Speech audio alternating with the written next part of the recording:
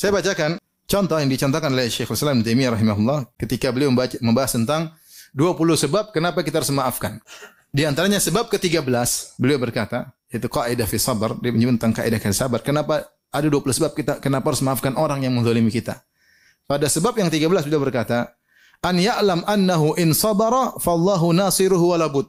Hendaknya dia mengetahui jika dia bersabar Allah pasti menolongnya. Kata Syekhul Islam, Allah pasti menolongnya dengan cara Allah. Fallahu wakilu man sabar. Allah adalah wakil, yaitu tempat bertawakalnya yang akan menolong orang yang sabar. Wa ahala zalimahu ala Allah. Kalau dia bersabar maka dia serahkan urusan orang yang menzaliminya kepada Allah. Wa man intasara li nafsihi wakalahu Allah ila nafsihi. Siapa yang mencoba untuk menolong dirinya, dia tidak sabar, maka sungguhnya dia menyerahkan urusannya kepada dirinya, bukan kepada Allah. Fakana huwa nasiru laha, maka dialah yang menolong dirinya sendiri. Fa aina man nasiruhu Allahu khairun nasirin ila man nasiruhu nafsuhu a'jazun nasirin wa adhafuhu.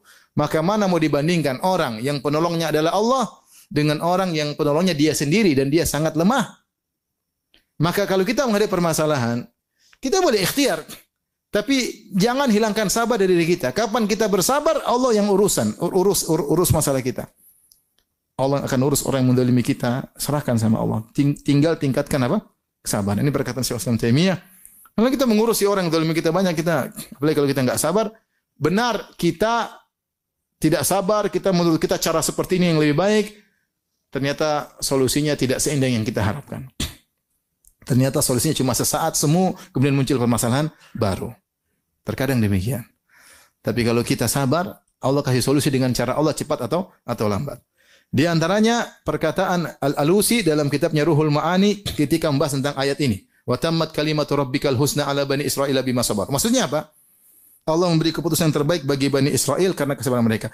Sebelumnya Fir'aun menindas Bani Israel ratusan tahun. Ada khilaf, ada yang mengatakan 100 tahun, ada yang mengatakan 400 tahun.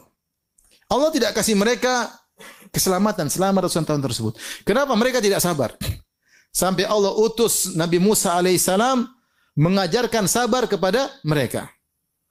Ya qaum ista'inu billahi wasbiru, kata Nabi Musa alaihissalam, wahai kaumku, mintalah pertolongan kepada Allah dan sabarlah.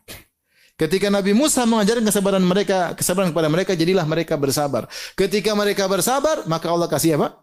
Solusi dengan cara Allah Subhanahu wa taala. Maka Allah katakan wa tammat kalimatu rabbikal husna ala bani Israila, dan indahlah keputusan Allah terhadap Bani Israel bima sabaru, karena kesabaran mereka. Maka kemudian Al-Alusi menyebutkan, beliau mengatakan tentang ayat ini,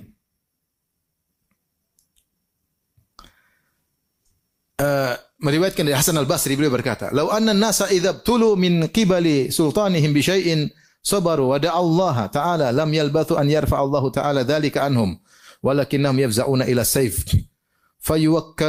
yuwakkaluna ilaihi."